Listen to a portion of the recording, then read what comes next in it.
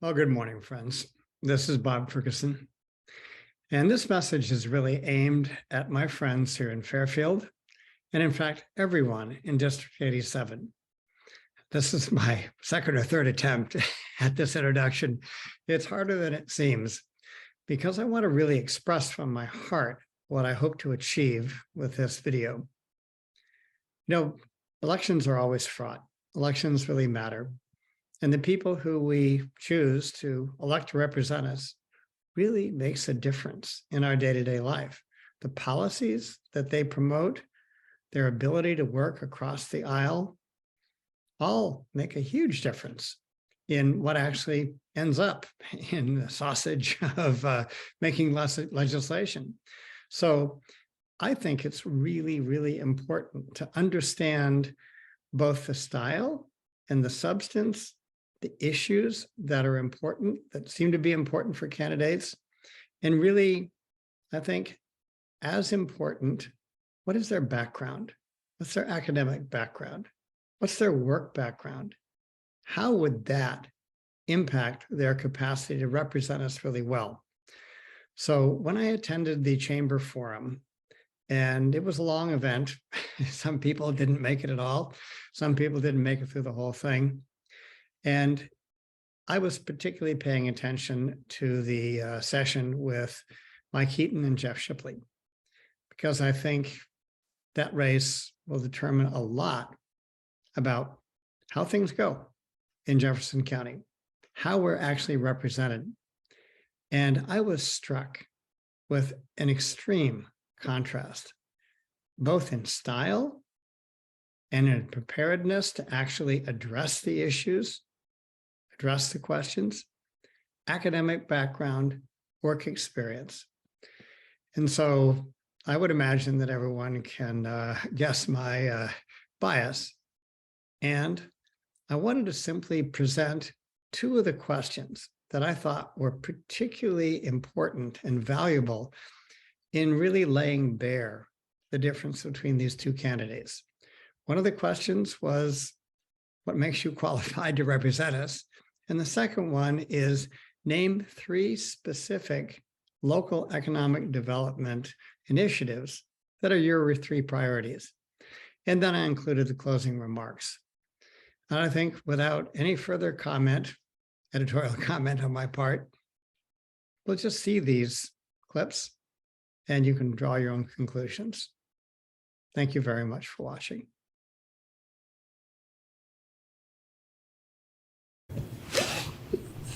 Thank you. Representative, the same question. What professional and life experiences make you qualified to represent us? Thank you. Great question. I just want to start by addressing a few points my opponent made. So the last time there was a de-appropriation in education was in 2009 when Democrats were in control. And everyone remember Chet Culver's iJobs? Can anyone name a single iJobs project? No, I can't either, but we're still paying back debt from projects that nobody remembers that we paid for 10 years ago. So please don't disparage the financial health of the state of Iowa, and I would strongly encourage you maybe not be so hyperbolic in exactly what the state legislature has done and hasn't done on some of those points. I have a lot of life experiences that I could share, obviously helping individuals through bankruptcy, helping farmers make renewable energy investments that pay for themselves and help their operation long term. It has been great. I think probably personally, it's a strong conviction of faith that we wake up every morning and say, God, thank you for this day. Please make me an instrument of your peace. That's something we take seriously in this community when we talk about spiritual health and what do we mean to be individuals and children of God. What does that look like? What does it mean to be a Christian? I know it makes some people very, very uncomfortable when people talk about their purpose, their identity, and their meaning on this planet. And it's sad because it's not something everyone has. And that's why we're seeing a huge rate of depression and anxiety for people who are having identity disorders, etc. So I'm willing to say things that need to be said. I've been attacked as a conspiracy theorist, whatever that means. I remember when I was on the Iowa House floor, we were talking about vaccine passports. I said the key questions we need to know is, to what extent does the COVID-19 vaccine prevent infection, and to what extent does it prevent transmission of illness? Everyone thought, what's he talking about? What does he know? And then that was in April of 2021, and then Dr. Anthony Fauci and Rochelle Walensky basically revealed the same thing 5 months later on national television. Oh, it turns out it didn't prevent transmission. And that when we said, vaccinate yourself to protect others, that was a little bit of a white lie. We didn't know that. How did I know to ask those questions? Because I took the time to read the Federal Drug Administration's emergency use authorization. So I knew what had been tested for and what had not yet been scientifically discovered. I was able to identify the unknowns that were very consequential to a policy of firing employees from their job, preventing people, denying them public accommodation, denying them education.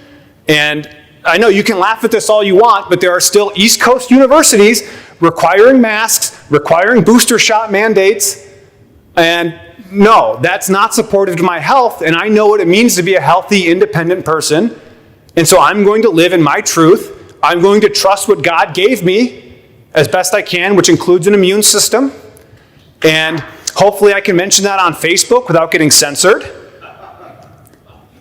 These are big things, and so that's what I kind of bring to the table. And when I say, oh, he's distinguished himself as an expert in constitutional law, it's because we take the time to read some of these things. Why I was able to go to the Van Buren County and Davis County School Board to ensure they didn't comply with the Biden mandate, because I took the time to read the thing. That's the level of service I'm willing to provide, and it's been an honor to serve. So I think I do have some talents. Certainly some of the votes we forced on the House floor, some of the votes I've taken that I'm sure you'd agree with, Bob, that really upset my party or the agriculture community. I know it's a big joke talking policy, but we do these things. We talk our talk, we walk our walk, and we show up for the people of Iowa. So our next question will go to you, candidate Heaton. What professional and life experiences make you qualified to represent us? I got to spend a lot of time working for an organization called UNICEF. That's the United Nations Children's Fund. A lot of people think of UNICEF as, we're going to go and feed children, right? And we're going to go and help provide homes and things like that and education. But really what UNICEF does is development work. It's infrastructure. It's what systems does a community have in place everywhere in the world, including here in the US, that'll make sure that people have the ability to pursue happiness. If your sewer system's not working, you get sick. Our kids die of dehydration because of diarrhea. It's that simple. Sorry to be disgusting up here, but that's a huge thing in most developing countries if you don't have a good sewer system. If you don't have a system that allows girls to get educated, they don't go on and be successful in our communities. UNICEF did that type of work and then some, not only putting those infrastructure pieces in, but then working with local governments in those countries to make sure those laws and protections are in place, keeping kids from being forced into early marriage, keeping kids from being forced into work when they're 7 and 9 years old. Our country's not 100 years out from that here in the United States. And great legislators have stepped up. Great elected officials and community members and suffragettes have stepped up to change those laws here in the United States and to make them better. My experience with UNICEF, my experience in fundraising with nonprofits, working with community members of all levels in order to create private and public partnerships, is uniquely positioned to understand what kind of laws we need, what kind of policies and programs we need in order to have a successful, healthy, and prosperous Iowa.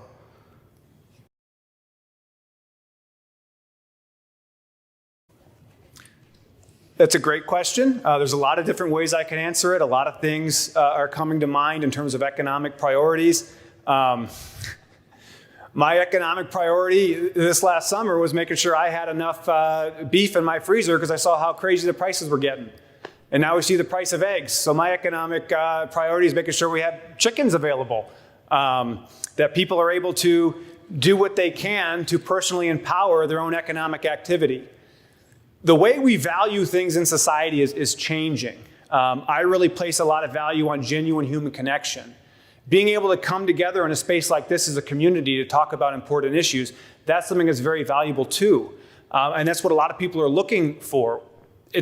I think a lot of people have known this. We have an epidemic of loneliness. That's something we definitely see when we go door to door talking to voters too. People are desperate for genuine human connection. People want, with the workforce shortage, the employers that take the best care of their employees are the ones getting rewarded.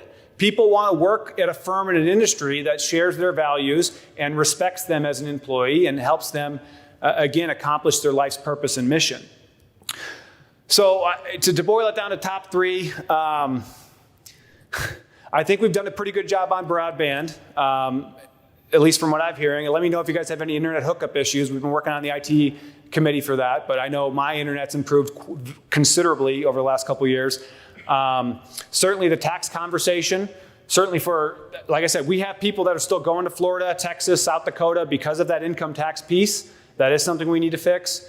Rising property tax rates, that's a very common concern we're hearing of, hey, this is causing a lot of economic stress. Actually, I talked to someone on a retirement income. The rise in property tax alone was forcing them to reconsider moving out of the home that they invested in their whole life. I think childcare, that's obviously top of the list.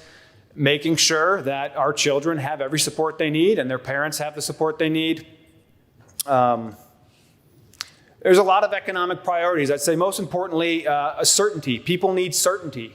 Right now, the situation is if you're putting money in the bank and inflation's at 10%, and depending on how you calculate CPI, it could be a lot higher than that, savings is getting eaten up. People who are on a fixed income,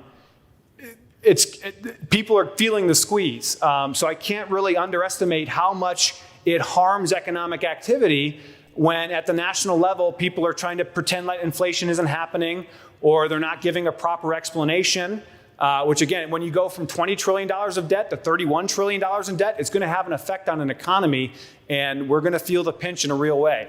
So making sure, at least locally, we have as much of a predictable economic environment in which people can do the best they can in freedom to serve the needs of others and hopefully get remunerated for it. So anyway, there's a lot of economic concerns. Obviously, I'll tie everything back to the public schools, that the better job we can do in the school system, the healthier, happier individuals are going to be, the more economically productive they're going to be, and we might as well lower their taxes and do everything else we need to ensure that we have the quality of life. And Iowa's great. I think the best thing we have going for us is our wonderful quality of life at a very cost-affordable value that people in New York and California and certainly Illinois are looking for. So let's keep building strong families here. And let's keep loving ourselves. Let's keep going to church, eating together as a family. And I think we'll have a great economy. Thank you. What are your top three local economic development priorities? Get to stand up again for this one because this is my passion. It's what I do for a living. When I first came back to Mount Pleasant and did fundraising as the vice president for university advancement at Iowa Wesleyan, I was shocked with just how little liquid cash was available for people to donate. We have a lot of wealth in our community. We don't have a lot of liquidity. Most of it's tied up in land, equipment, and so on. We don't have a lot of local ownership. I'm tired of listening to what the latest market forecasts are and how it's going to create a hurricane. Speaking of hyperbole, it's going to create a hurricane and all kinds of problems. I want to put our economy back in our hands. We are big enough, we are smart enough, we are perfectly capable of driving our own economy like we have for decades and for centuries here in Southeast Iowa. And there's three things we do that with. We do that with entrepreneurship. We train people how to start their own companies. We're not talking Elon Musk crap. Okay, high risk, high reward, high loss entrepreneurship. We're talking entrepreneurship. You want to build something, seeking a purpose. You want to build your own company. You want to grow something local, have an impact on your own community. Entrepreneurship. Number two is innovation. Working with the companies that are here, whether or not they're locally owned or not, and helping them stay ahead of the tech curve. helping them think outside the box. What's coming next? What new disruptions are coming through the system? Disruptions have been around forever. There's always a disruption. The only thing certain in business is there will always be change. If you are not changing, you're dying. If you're trying to go for sustainability, you're going to fail because you got to be changing to grow, to have a successful business. That's business 101. And if we're not doing that with our companies locally and not providing that kind of training and help to be able to help them grow and think outside the box, those companies will die or they'll move. So innovation. And number 3 is tech education. We need to add programming and coding to our list of high priority vocational training. Coding boot camps. That is the disruption that came 20 years ago. And while Iowa is getting better at teaching our kids how to code, it's mostly happening in the cities. It's mostly happening through nonprofit programming funded by our state, but it's not happening here as much and in our rural communities. We talked about needing skilled labor. A lot of the skilled laborers our manufacturing plants need right now are how to code and do script on some of that machinery. It's tech education, entrepreneurship, innovation, and tech education. If we start taking control of our own economy here, that changes everything. When you have profits here locally, you suddenly have nonprofits that get donations.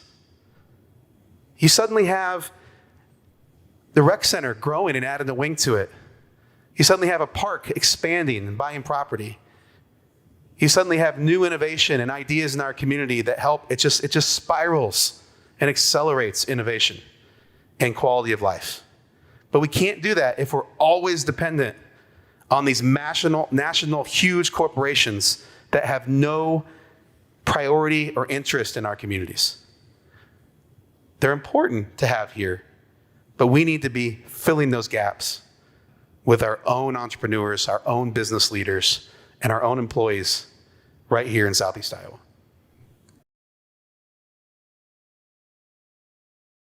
Representative, your closing remarks.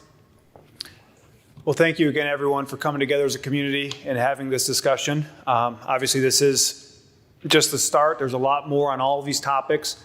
The heaviest topic that we've been dealing with has been the adolescent youth mental health crisis, which, as I mentioned before, the UN has called an iceberg. Obviously, in this community, we've uncovered some of that iceberg with catastrophes in our local community that are still very much grieving and heavy hearts. I would say protecting the innocence of our children. Our children have a lot of serious problems right now, and this has come out in the Iowa Youth Mental Health Survey that the rate of 6th graders contemplating suicide has doubled over the last 10 years. At that rate of increase, it doesn't matter how many more mental resources we can pour into the problem if the current interventions aren't getting the results we want. At this rate of increase, we are in serious, serious trouble.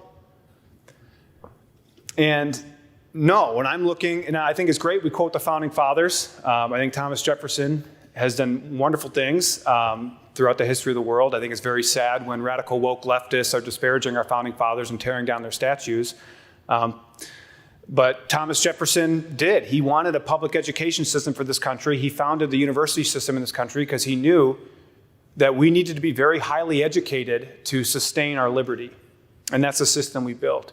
And I want to create really, really high standards for ourselves and our children. I think the biggest thing our kids need to learn about in our public school right now is the Great Depression. Because even think of yourself right now. If someone asks you what caused the Great Depression, how long did it last, what was that like? Could you give an answer on that? And I would take it a step further. You know, I think a student, if you're graduating high school, you should be able to articulate the Great Depression from several different schools of economics. And if you want to articulate a Marxist interpretation, and if you can critically analyze and defend it, then thank God we have kids that are thinking and able to interact in the world and understand the world around them. I think the biggest one, we have a lot of epidemics. I can go off about technology. I can go off about the pornography culture and the hypersexualization and the things that we're seeing in schools. The graphic literature that from parents, again, are very upset about, that have no educational or scientific value, that don't belong in the classroom. So I'm not, I think we adults need to do a really, really good job for our children in demonstrating what healthy, independent individuals look like that are empowered, that can exercise self-government through their elected representatives, who can have a reasonable conversation about the Dobbs decision or Roe versus Wade or Planned Parenthood versus Reynolds. That's probably one of the most difficult parts of my job, trying to explain to people how the law works. It's very complicated, and it's tough when the education system hasn't supported that knowledge to be able to debate constitutional law. So instead, we're on social media just tearing one another down and not having these honest conversations about when does a human life deserve legal protection? Is it really a good idea for our young women to be able to get chemical abortion pills through the mail? When a young kid is having a gender identity crisis, are they being given the whole picture? Are they being told the truth about, hey, this breast binding might cause irreversible damage and that these pills might not have a proven efficacy to actually solve the problem? So there's a lot of really, really serious issues. I think we need to do a good job creating the happiest, healthiest environment for our children, but it's on us as adults to say, this is health, this is illness, this is truth, this is lies, this is light, this is dark, and be as honest as possible with ourselves, with each other, and hopefully our Creator, that we can do a good job on this planet. So thank you for the opportunity to serve, and I love each and every one of you. Thank you. And since we started opening remarks with you, Representative, we will start closing remarks with you, Candidate Heaton. There's a quote by Thomas Jefferson on the Jefferson Monument in Washington, D.C. There's a statue, it's a big dome, and behind him there's 4 different quotes etched into the wall. And I'm going to butcher this a little bit, I apologize. I don't have it right in front of me. But it says something like this. It says, I do not advocate for frequent changes in laws and constitutions. But laws and constitutions, laws and institutions must go hand in hand with the development of the human mind. As the mind becomes more developed, more enlightened, as opinions and manners change, so too must our institutions progress to keep pace with the times. He simplifies it at the end of his quote, and he says, listen, abiding by the laws of our barbarous ancestors, he calls grandma and grandpa barbarians, which is a little much for me, but abiding by their laws and rules is the same as putting on the jacket that fit you when you were a boy, when you were a child. It doesn't fit anymore because we grow, we innovate, we have a different view. I have a different approach to it. I see it as every generation builds a foundation for their kids. So my parents built a foundation for me and I stepped up on it. And the next gen, I'll build a foundation for my kids and they'll step on it. But we forget to realize is that that view changes the higher it gets. And our kids see a different world out there than we saw. Our senior citizens in the room may feel like the world is changing too fast. And we don't like it. But don't forget, you see the world way differently than your grandparents did. And you push for changes, just like I'm pushing for changes to my parents' perspective, and my kids are definitely pushing changes on me. If we don't embrace those changes, our kids aren't going to stay here. As your state representative, that'll be one of the biggest filters I use when it comes to legislation. Is this going to make Fairfield, Jefferson County, Henry and Van Buren counties an attractive or less attractive place for our grandkids? It's not about us, it's about our grandkids. From their view, from how they see the world. It is clear to me, based on all our conversations tonight, that the Democratic Party is thinking that way. The Republican Party right now is scared of those changes, and they're pushing against them. So I ask for your vote on November 8th. I ask you to think about the future of our rural communities, and I thank you so much for showing up here tonight to have a place at the table.